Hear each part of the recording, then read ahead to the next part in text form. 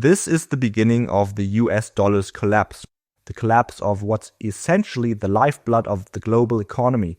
The dollar's share of central bank reserves stands at 56.8%.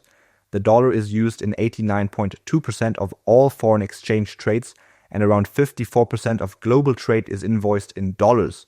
In this video, you will learn why the dollar's dominance is declining and how the US tries to use an old strategy from the 1970s to prevent the dollar from dying. So what actually made the US dollar the world's reserve currency in the first place?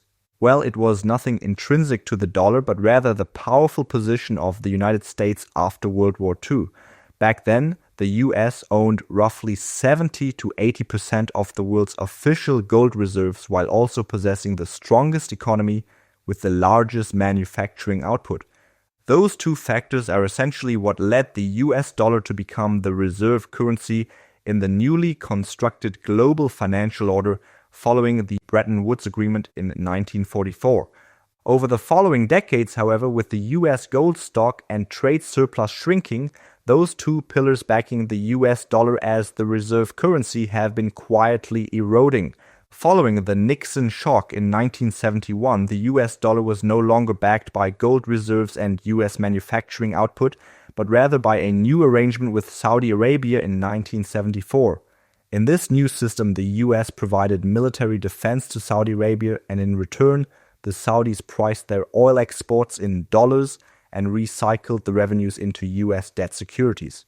This was the start of the Petrodollar era, in which the dollar was now essentially backed by military power. And so, as you can see, it was never about the dollar itself, but rather what the dollar could be backed with in order to secure global dollar demand. Now, this chart shows you the debt-to-GDP ratio. You can see that the ratio had been declining since World War II, but in the 1970s this changed drastically as overspending led to trade deficits. This also marked the low point of the debt-to-GDP ratio, which has since risen to more than 120%. And this is a big problem because as debt levels rose, US interest payments rose with them. This chart shows you US interest payments on the federal government's debt. As you can see, interest payments recently surpassed $1 trillion, now surpassing even military spending. If you now put interest payments in relation to GDP, you can see that they rose above 3% in the last few years.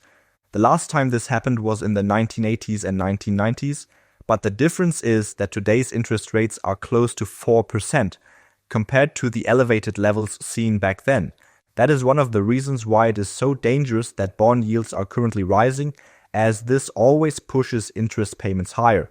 Those rising interest payments then cause the federal government's deficit to increase, which in turn causes federal debt to grow. So as you can see, this is a self-reinforcing spiral, which is exactly the problem the US is currently facing. Now, over the last few months, many have pointed out that there is a chance for the US dollar to rise over the next few years. More specifically, the dollar index, which measures the dollar's strength against a basket of other currencies. The argument is that geopolitical tensions, higher global defense spending, and continued investment in US assets are increasing international demand for dollars, which strengthens the DXY over the next few years. But while demand for US military products might be rising, there is an accelerating global trend of de-dollarization. This chart shows you that foreign holdings of US Treasuries have been trending lower as a share of outstanding debt. Central banks all around the world, especially the People's Bank of China, are dumping US Treasuries and buying gold instead. At the same time, US fiscal deficits continue to expand, which means that unless the private sector absorbs this growing supply at higher yields, the Federal Reserve may ultimately have to step in and manage the rising debt burden by expanding the supply of dollars faster than global demand, weakening the dollar. So let's now put all of this together.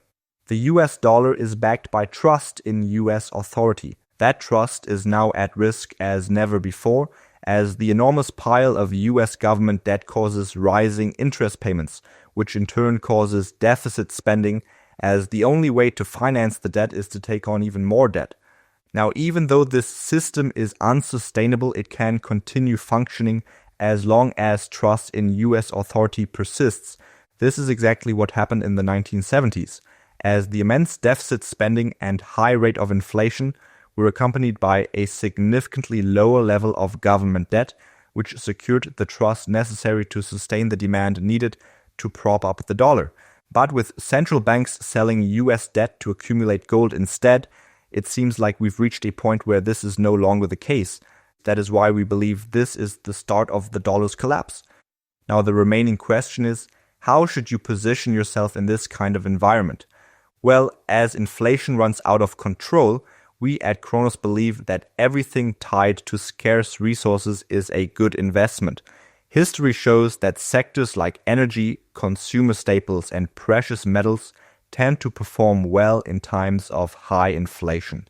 As the war in the Middle East is nowhere near ending, oil prices are likely to continue trending upward. As higher fertilizer prices lead to higher food prices, consumer staples also tend to benefit under those conditions. Precious metals too represent good investment opportunities, as scarce resources in general serve as reliable inflation hedges. So if you have any further questions, don't hesitate to ask them in the comments section below.